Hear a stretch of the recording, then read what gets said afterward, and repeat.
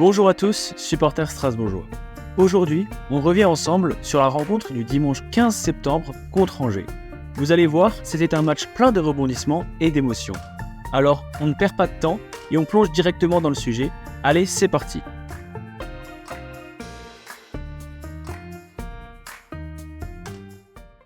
Commençons tout d'abord par parler de la composition du Racing pour ce match contre Angers.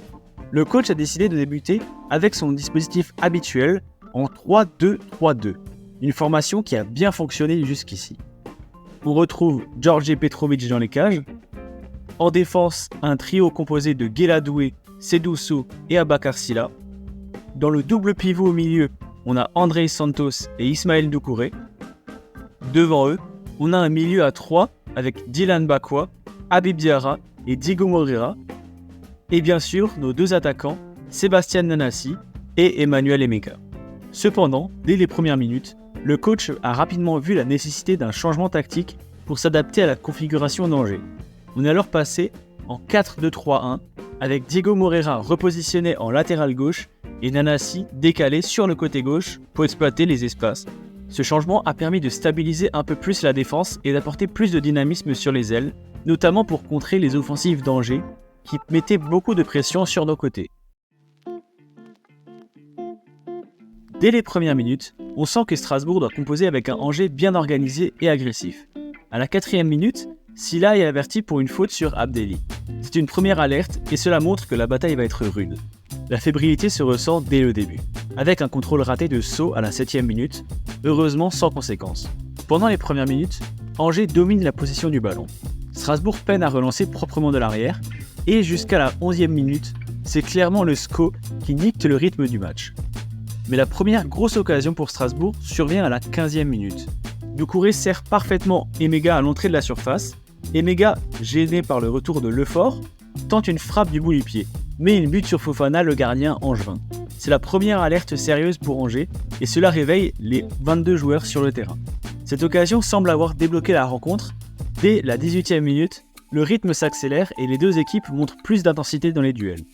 Cependant, malgré cet élan, Strasbourg peine encore à construire proprement.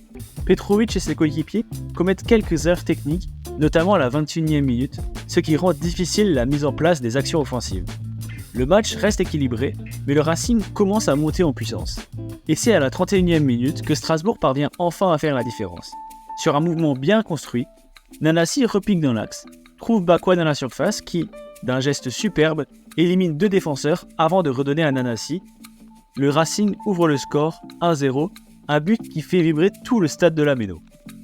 Et Strasbourg ne s'arrête pas là. À la 32e minute, Nanassi envoie un centre millimétré pour Santos qui place une tête puissante. Fofana sauve encore Angers avec une parade réflexe. Le Racing est clairement dans un temps fort. Peu après, à la 35e minute, Moreira déborde côté gauche et centre dangereusement. Fofana doit encore intervenir pour empêcher le ballon de franchir la ligne. Le Racing pousse et fait vivre un véritable cauchemar à la défense angevine. La plus grosse occasion de cette première période survient à la 38e minute. Sur une perte de balle angevine, Emega part en contre-attaque, décale Diarra qui se retrouve seul face à Fofana, mais échoue dans son duel. Dans la continuité, Bakwa récupère et frappe du gauche, le ballon frappe violemment la transversale avant de rebondir sur Fofana et de finir miraculeusement en corner. Strasbourg était tout proche du deuxième but. Juste avant la pause, Nanassi tente de nouveau de servir Emega dans la profondeur, mais la défense angevine intervient à temps. On voit clairement que Emega est un poison pour la défense angevine, qui a vraiment du mal quand il est lancé dans la profondeur par ses coéquipiers. Le Racing rentre au vestiaire avec un avantage d'un but, une première période bien gérée, même si on aurait pu, peut-être même dû, creuser l'écart avec un peu plus de réussite. Le score est de 1-0, mais attention, Angers reste présent. La seconde mi-temps commence, et on sent que Strasbourg veut continuer sur sa lancée. Dès la 15e minute, les Strasbourgeois réinvestissent le camp angevin, cherchant à asseoir la domination. À la 52e minute, Diarra tente de faire la différence en repiquant dans l'axe, mais il est stoppé de justesse par Belkebla à 25 mètres du but. L'arbitre ne bronche pas malgré les protestations. Mais quelques instants plus tard, à la 54e minute, une erreur de Doucouré manque de coûter cher au Racing. Une passe hasardeuse rend le ballon à Angers à la proximité de la surface, mais la défense réagit à temps pour éteindre le danger. Le Racing continue de prendre des risques. À la 56e minute, sur une nouvelle perte de balle, Abdelli et El Malali combinent et se rapprochent dangereusement de la cage de Petrovic. Il faut un retour désespéré de Silla pour contrer la frappe d'Alevina. Strasbourg joue avec le feu et cela pourrait mal finir. À la 58e minute, Angers accule Strasbourg dans sa moitié de terrain, le Racing s'humilie et n'arrive pas à reprendre le contrôle du ballon. On sent que l'égalisation était proche. Et à la 62e minute, l'inévitable se produit. Dieng égalise pour Angers sur un beau mouvement collectif. Hanin trouve El Melali sur côté gauche qui centre fort au second poteau. Silla est trop court pour intervenir et Dieng n'a plus qu'à conclure. 1-1, Angers revient dans le match et le Racing doit maintenant réagir. À la 69e minute, Nanasi tente de redonner espoir aux supporters avec un joli slalom dans la défense adverse, mais cette seconde période reste très compliquée pour Strasbourg. Le coach réagit en effectuant 2 changements à la 71e minute. Diarra et Doucouré sont remplacés par Mwanga et Mara. L'idée est d'apporter un peu plus de fraîcheur dans l'équipe, mais le Racing continue de souffrir. À la 75e minute, c'est même Angers qui se rapproche d'un deuxième but.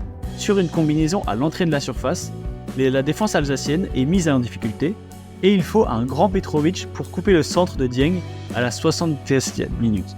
À la 92e minute, Abdelli place une tête décroisée sur corner et le ballon frôle le poteau de Petrovic. Strasbourg est en grande difficulté et doit maintenant réagir. À la 84e minute, le Racing gâche une belle occasion. Nanasi, au lieu de décaler Moreira qui était seul, tente de trouver Emega dans un espace restreint. Strasbourg manque de lucidité dans les dernières passes. Puis, à la 89e minute, Strasbourg frôle le but du 2-1. Santos trouve Emega dans la profondeur et l'attaquant frappe puissamment dans un angle fermé. Fofana est battu, mais le ballon heurte malheureusement le poteau gauche. Les Alsaciens étaient à quelques centimètres de la victoire et même d'un braquage quand on voit la seconde période. Dans les derniers instants du match, Angers pousse encore. Sur un corner, la défense strasbourgeoise peine à se dégager et une frappe angevine déviée par Emega manque de finir au fond. Les Angevins réclament un penalty, mais l'arbitre reste impassible. Le match se termine sur un score de 1-1. Après une première période encourageante, Strasbourg n'a pas su capitaliser en seconde période. Au final, ce match nul est logique, mais laisse un goût amer. Le SCO n'était pas imprenable aujourd'hui, mais le Racing n'a pas su en profiter. Alors, en résumé, ce match s'est terminé sur un score de 1-1. Un résultat mitigé pour le Racing, qui a dominé par moments, mais n'a pas su capitaliser sur ses bonnes occasions. Voici maintenant les notes des joueurs et les raisons pour lesquelles ils ont eu ces évaluations. Petrovic, 6. Pas grand chose à faire pour lui dans ce match, il ne peut rien sur le but d'Angers, mais on a vu quelques difficultés dans son jeu au pied. Doué, 5. Un match compliqué pour Doué, parfois en difficulté dans les duels et averti en première période. So, 5. Qui est fébrile en début de match, il a eu du mal à s'imposer dans cette rencontre. Silla, 7. Il a réalisé un excellent sauvetage en seconde période et une superbe basket pour Nanasi sur le but, cassant plusieurs lignes adverses. Sa solidité défensive et son apport offensif en font un des meilleurs joueurs du Racing sur ce match. Santos, 5. Un jour sans pour lui. Il a été très absent des débats aujourd'hui, ce qui a pénalisé l'équipe dans les moments clés. Ça arrive même au meilleur. Doucouré, 5. Quelques erreurs dans les relances qui ont mis l'équipe sous pression à des moments clés. Bakwa, 6. A réalisé une passe décisive pour Nanasi, mais a été muselé par son adversaire direct pendant la majorité du match. Il a manqué d'impact. Diarra, 5. Actif en première période, il a baissé de régime au fil du match, avant d'être remplacé logiquement. Diego Moreira, 8. Peut-être le joueur le plus impressionnant du Racing aujourd'hui selon moi. Repositionné à un poste qui n'était pas le sien, il a été exceptionnel dans les duels défensifs et a offert des solutions offensives dans le côté gauche. Beaucoup d'envie et de détermination, il a été une vraie menace pour Angers tout au long du match.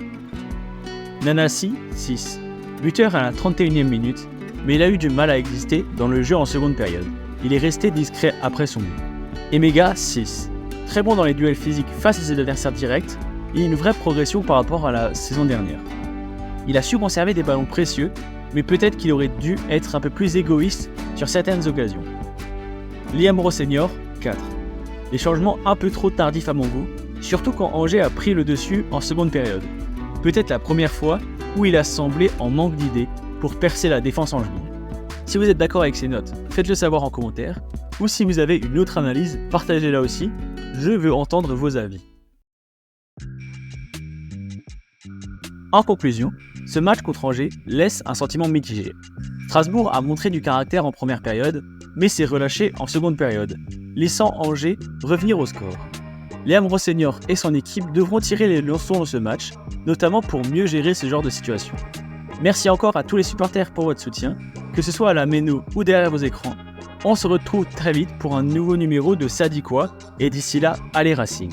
N'oubliez pas de liker, commenter et surtout de vous abonner pour suivre toute l'actualité du RC Strasbourg.